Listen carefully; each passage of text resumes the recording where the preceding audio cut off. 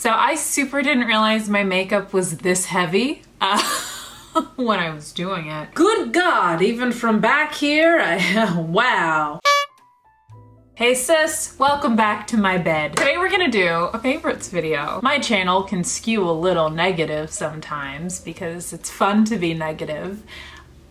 And that's it. I also do enjoy things on occasion, so why don't I tell you about some of those things? I'm gonna be talking about both beauty things and also a couple content creators I've been enjoying these past couple of months. In typical me fashion, a solid chunk of this favorites list is lip products because I am predictable, so why don't we start with some? These are two of the Milani fruit fetish lip balms. I have dragonfruit and peach and mango coconut. If you guys have been watching me for a while, you know that I have a huge weakness for makeup that I consider to have quirky names. This could be both a shade name or an actual product line name. When I saw Milani was putting out a collection called Fruit Fetish, I laughed and then I was like, oh, like foot fetish. Don't let Milani try to convince you that they're just using the word fetish to mean like, oh, when you really, really enjoy something. Are you kidding me? The alliterative title like this, fruit and fetish. Fruit is so close to the word foot. Are you kidding me? Fruit and foot are so close phonetically that there's already a children's snack food that plays off of the like mouthfeel of saying those two words together. So don't tell me that this was not inspired by foot fetishes, because I won't believe you. Now, is it weird that that association is why I wanted to get these? No, and I'm not announcing anything about myself either, okay? Don't project. But I thought that was really funny, so I was like, let me try one of these. I bought mango coconut first, and then I went back to CVS a couple days later and bought dragonfruit peach. These are excellent lip balms. They're really more glossy in consistency than they are balm-like, which means you can either wear them as sort of a lip treatment type product or for style, which is why they also make some that are tinted, like this one and some of the other ones in the line. I might go back and buy an additional one of these. I haven't made up my mind yet, especially because I don't super have space in the acrylic organizer that I hold my lip products in. She's a little bit extremely at capacity at present, so I'm definitely gonna have to do some decluttering at some point. These have a really pleasant scent and taste combination. This do be what mangoes and coconut smell like. The taste also doesn't linger, which I really respect. These aren't those glosses where you put them on and every waking second while you have it on, you can taste the taste of the gloss. They're really pleasant. So Milani, nice job on this. Good going. This is only Milani's first appearance in our list, but we'll get to that later. By the way, I got some comments on the last video because I also filmed it here about what the Funko Pop in the background was. It's Joan Holloway from Mad Men, okay? That's who it is. And before you accuse me of being some sort of nerd, this was a gift. I've always considered Funko Pops to be kind of a waste of money. And then it's like,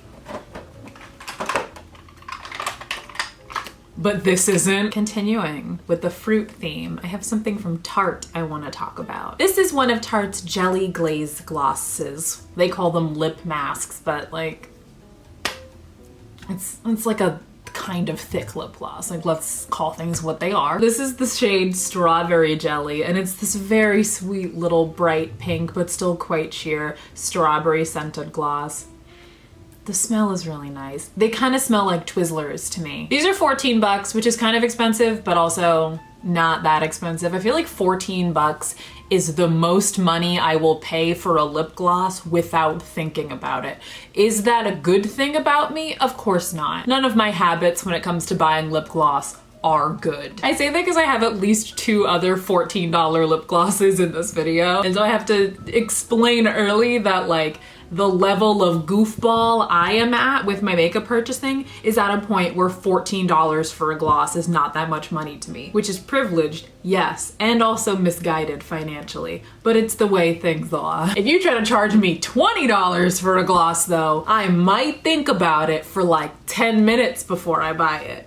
So, smart. Okay, you know what? The makeup is growing on me and I feel like I look nice. But part of that might be this shirt, honestly. Let me just, can I like give you this? Can I just give you these gifts? This isn't even really a shirt, okay? You know what this is? This is a dress that I cut in half. This was a full dress that went down to my knees, basically, that I got from Torrid like recently. But I hated how the dress hung, and it like the waist was too high. It was giving me kind of like empire waist things. So I was like, well, I could get rid of this. I'm giving away a bunch of clothes because I'm moving in 2 months, or I could cut it up. And so I chose to cut it up. And now I have a little blouse. Honestly, cut your clothes up. It's fabric, it doesn't have feelings. Do it, it's cool. It makes you cooler. Tower 28 is a brand that we need to be talking about a little bit more because they make absolutely superb lip glosses. These are the jelly glosses from Tower 28. I have 2. This clear one is called Chill. This gold shimmer one is called Magic. Magic is a clear gloss with a gold shimmer in it. I don't love it. I don't wear it by itself very often. It's a wonderful thing to top lipsticks with. I'll demonstrate that right now. I'm wearing the Glossier Generation G lipstick in the shade Cake, and I'm going to just put a little bit of Magic on top of it.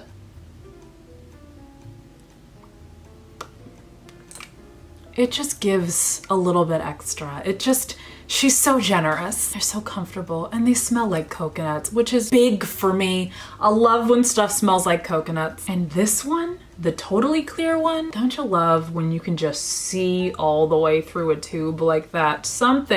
It just gives something. This is a really nice clear gloss. I am a huge fan of this. First of all, I love the applicator. I'm very particular about applicators in lip products, specifically with glosses.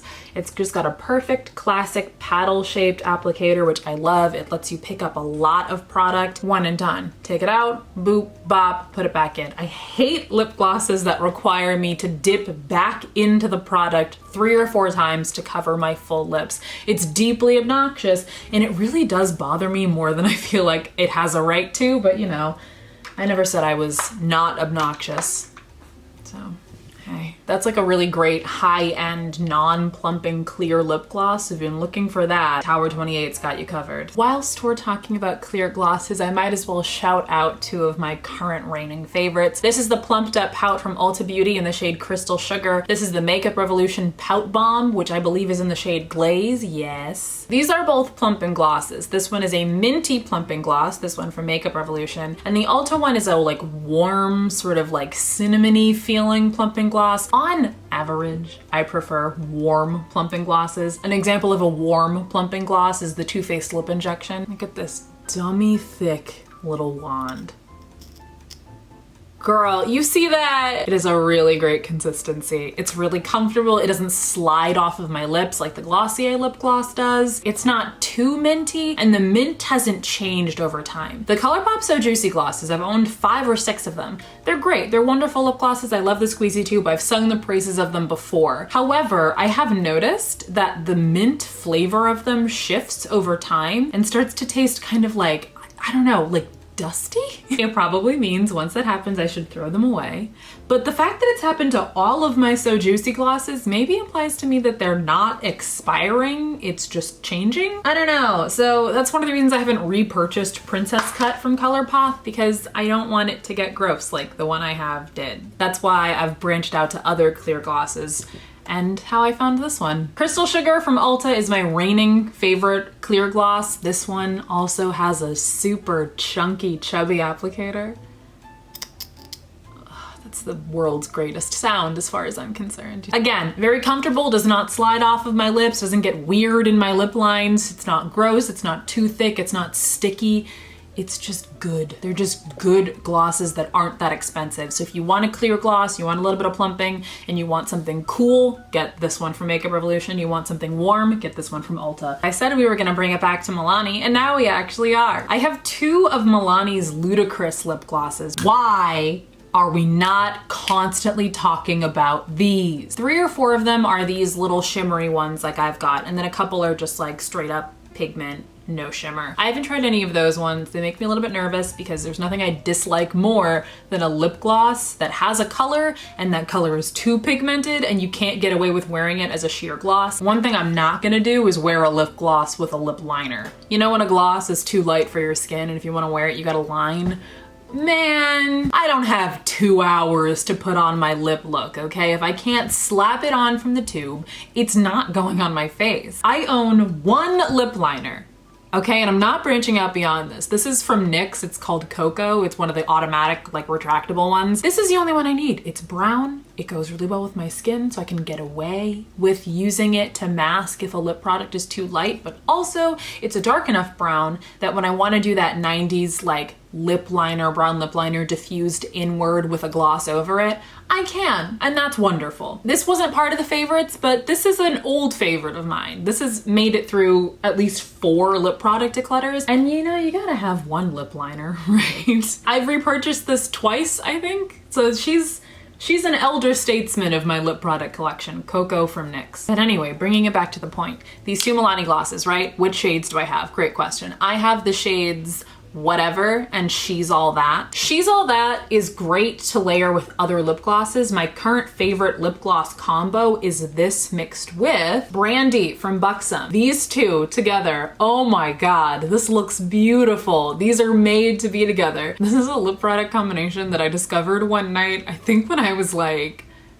wine drunk and just putting on all of my lip glosses, and I happened to put these 2 on in succession, and I was like, wait a second. I don't usually wear She's All That by itself. I find it to be like a little bit of a whisper too light for my lips, but that is where Whatever comes in. Girl, this is number 200, Whatever. This is one of the best nude lip glosses I have ever owned.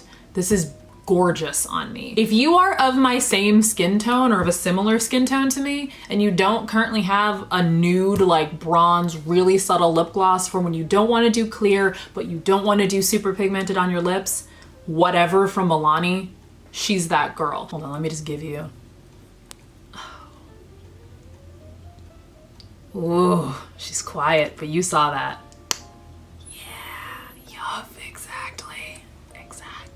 I want them to put all of their money into expanding that range indefinitely. I want there to be 70 shades of that gloss. Bang on, stellar formula, in my opinion. Obviously, it's my channel. When YouTubers are like, that's just my opinion, it's like, yeah, duh, you're the one talking. I love it. I love to unnecessarily explain things. I love exposition. I am a CW show. I'll have, man, has my goddamn laundry been in the thing for the whole time? And none of you are gonna tell me? God damn it. How you know I bathe. What other embarrassing stuff has been in the frame the whole time? What's this? What's this, you may ask? This is my degree. This was several $1,000s. Get in there. Next up, we have a cheek product from Kaleidos. First of all, Kaleidos' packaging is A1. Everything is beautiful. Now, I haven't paid 1 red cent for all of the Kaleidos products I own. Everything that I have from them was sent to me in PR. So it's a little biased of me to say that, but like this is a beautiful looking makeup product. In any case, this is the Lofi Peach Duo Blusher, which has a blush and a highlighter in it. I like the highlighter a lot. I don't use it as often as I use the blush. The blush is just this very nice, like I'm gonna swatch it on my palm to be able to see it better. It's like a nice medium pink. It's a little, I don't know, it's a little cooler and more muted than other pink blushes I own. And it's just really nice and natural looking on my cheeks. I really enjoy it. It's a great blush for when I want something subtle on my cheeks because I have a lot going on my eyes. And then this is the highlighter, which is also really pretty. It's just I have a lot of other pink highlighters. I have, I think, 2 or 3 other ones from Kaleidos. So I don't wear it very often, but it is really lovely. Next up, we have the Ofra Verified Liquid Eyeliner. This is my newest eyeliner, and if it continues being as amazing as it has been for the past couple of weeks, we're definitely gonna go airplane emoji repurchasing. It is my favorite type of eyeliner, which is a brush tip pen.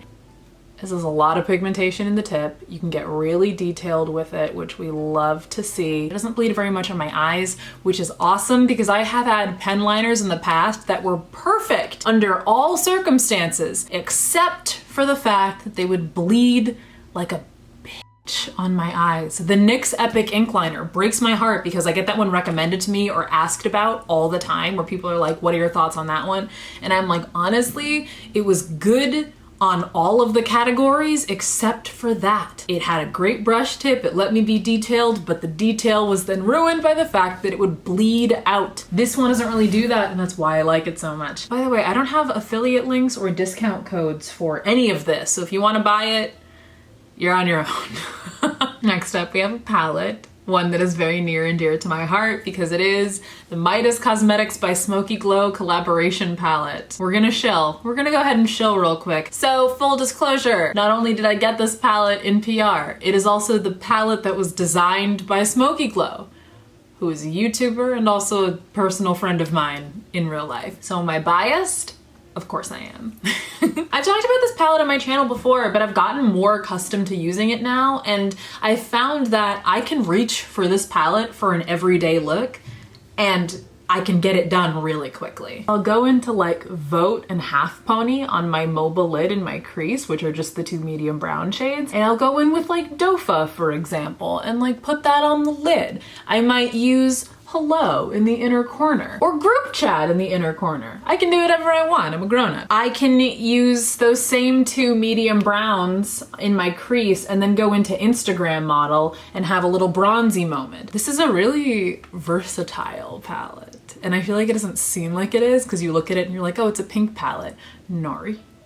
Not really. It is, but it's not only a pink palette. Hannah went with like her instincts and her own tastes and wound up with an absolute hit of a palette, which I am very impressed with. I think like even if I wasn't friends with Hannah and I didn't get this in PR, if I was like at someone's house and they had this, I'd be like, oh, can I touch that a whole bunch? Can I like swatch that? Can I like look at it? Which is, by the way, a thing that I do in anyone's house. If in the future at some point anyone watching has me in your home and you own makeup, or really just anything that could pass as cosmetics, like I'll open up your colognes and your aftershaves, what have you. If it's in bottles, like in your bathroom, I'm gonna look at it. I'm gonna open it up. I'm like a little cosmetic raccoon, like I have to check. Man, if I'm ever in your house and I ask to use your bathroom, I'm in your medicine cabinet.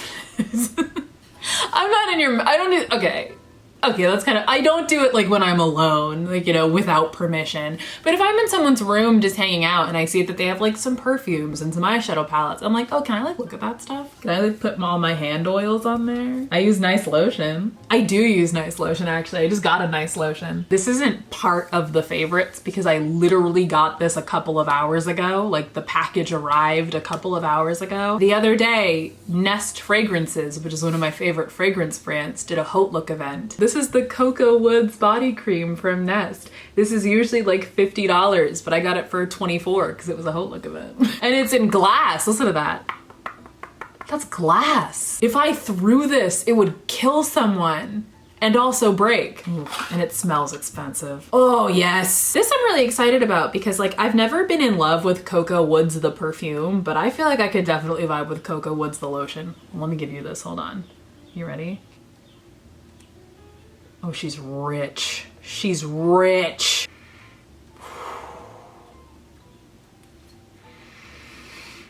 Oh my god, it smells so nice. Like if I met a guy who smelled like this, I'd be like, hey, what are your political opinions? Because I'd want to know what they are right at the beginning, because I'd want to know if it's safe to continue pursuing something with this guy because he smells so good. But Nisa, what are the fragrance notes of Cocoa Woods? I'll tell you. I took the stickers off the inside of my laptop so I could cosplay as a grown-up, but we got all the quirkiness on the outside still. That's not going anywhere. Cocoa Woods. Warm, spicy, Thai ginger, bittersweet cocoa, white sandalwood, warm and sweet gourmands, sequoia wood. The essence of bittersweet cocoa is wrapped in sequoia wood and white sandalwood and blended with exotic hints of tiare blossom and Thai ginger for an empowered mood. It's upscale. It's very wealthy of me to own this. It's just like a very rich characteristic of mine. Ooh, I love lotion.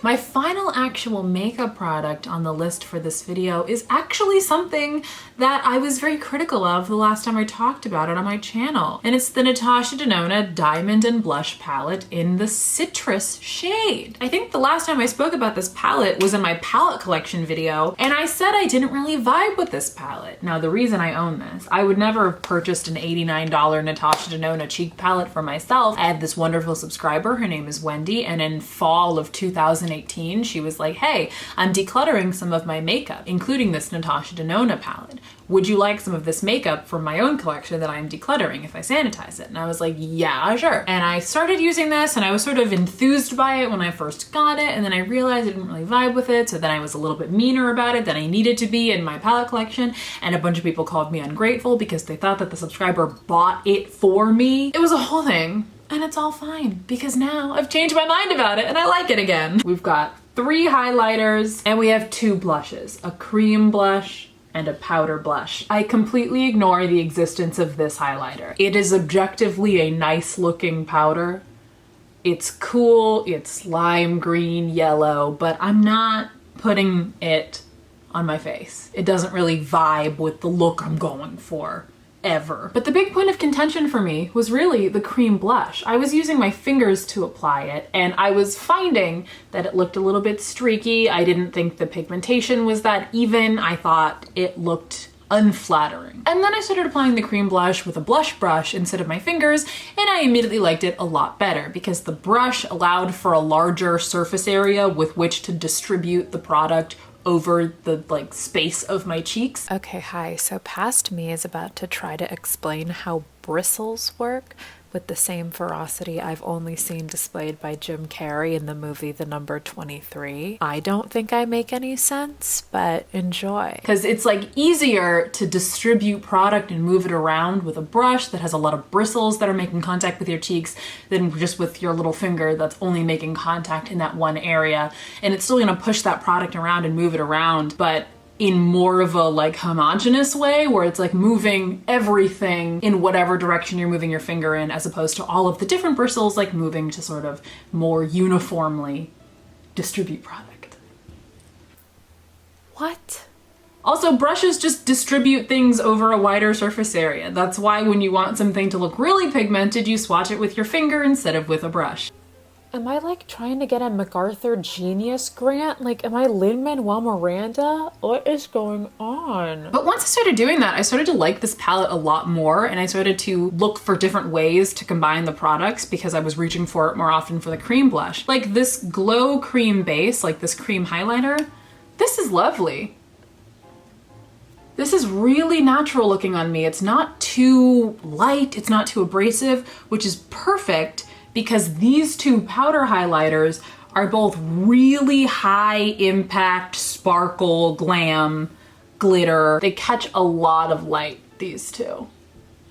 So I feel yeah. You see when I bend my arm back, you see all that light that gets picked up over there? They're really great for spotlight highlighting. When you are going out and you want any light that hits your face to be magnified by your cheekbones, that's what these 2 are great for. I'll be on a Zoom call with a highlighter that you can see from space. Why not? Who cares? It's quarantine, baby. And then there's a powder blush, which I don't actually wear all that often, but I do enjoy pairing with the cream blush because it's this nice little incredibly subtle rose gold. This is not a palette that swatches impressively, but I like this. I do like it, and I'm glad I have it. Now, would I have bought it for myself? Never, and probably still not, but I already have it, so I like that I was able to sort of come to a place of understanding with this palette, and now I really enjoy it. Also, I just checked, and if you want to buy this palette, it's currently marked down on Sephora from $89 to $44, which is a much more reasonable price as far as I'm concerned. So yay for changing our mind about things. Okay, last up we have 2 fragrances, because of course I do. These are 2 hair and body mists from Pacifica. I have the scents Island Vanilla, and French Lilac. There's a part of me that did not ever mature beyond being 13 and being just lost in a Bath and Body Works surrounded by body splashes as far as the eye can see. At my local Target, there was this long display of all these Pacifica body splashes, and I was like, I don't have anything to do because I'm at Target, so why don't I just start smelling these? And I sprayed the one for Island Vanilla and was immediately attacked by a memory. Scent memory is the coolest type of memory. It is so strong, it's so palpable. When I was a teen or a tween and I was first going to Sephora, I had one friend who was classy enough to wear makeup that was sold there. So there was one day where I was going there to buy her a birthday present, and I think it would have been not the Urban Decay primer potion, but the Urban Decay like liner potion or something. So I was buying it for her, and I got this little gift with purchase, and it was a perfume sample. The perfume was called Choco Lovers by the brand Aquilina, and it smelled like lemons and like chocolate and pastries and baked goods and frosting, and it was so sweet and wonderful. It was the perfect scent for someone who was in middle school, and I wore it every goddamn day. I would put it in my little purple JanSport backpack and bring it to class with me. I think one time I put it on during Algebra 1 and the boys were like, what is that? And I was like, it's me. Embracing womanhood. I loved it. Then I, used it up, of course, and years went by. And then when I was like 22, I think I tried to buy it off of eBay, like the full-size bottle, and I got outbid by someone in Malta, and I'm still a bit upset about it. Anyway, fast forward to me being in Target. This Island Vanilla smells exactly like it. Like to a T, identical scent.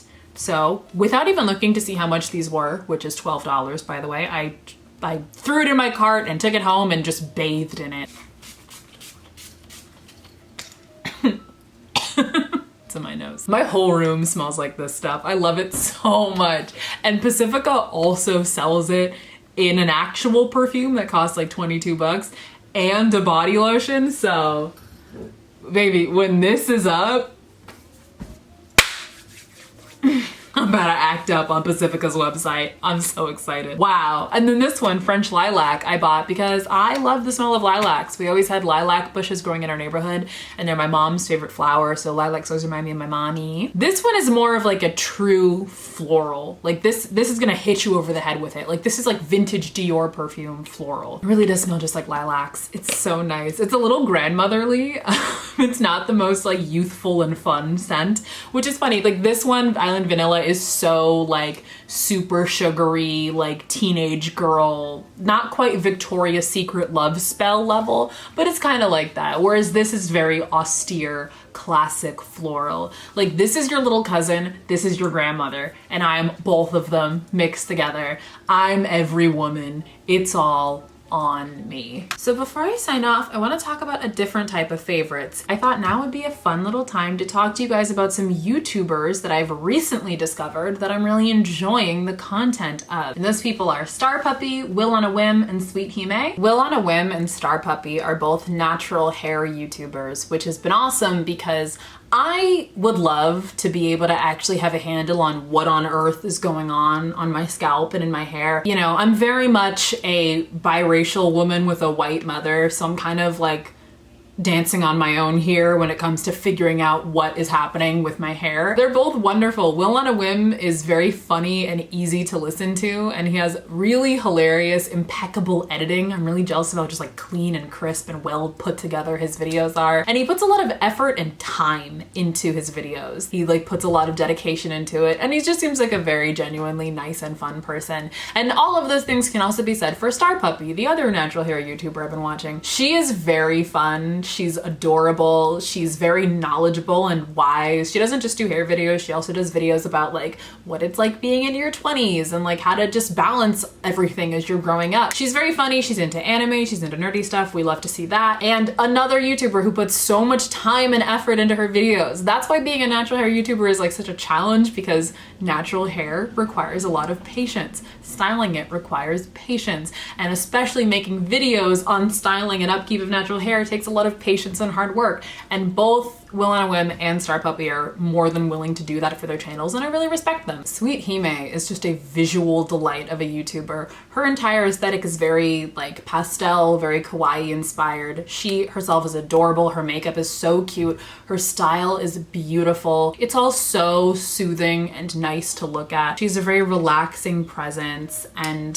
she's just, I think her videos are like a feast for the eyes, I would say. All three of these creators are wonderful gifts that the YouTube algorithm has decided to bless me with. So I will link them all in the description, and I recommend you check them out. So that was all of my favorites. Those are all the things that I've been enjoying during the past couple of months. It feels really strange to be so positive for an entire video. I don't like it. I think I'm gonna be a mean person again. I never enjoy things. Baby! Thank you so much for watching my video. But before you leave, I'm going to need you to do a quick favor for me. If you could go ahead and have an amazing day for me, that would be my favorite thing. And if you would like to interact with me betwixt uploads, you can follow me on Instagram and Twitter at NisiPisa. I also have a second channel called Extra NisiPisa where I post music and covers.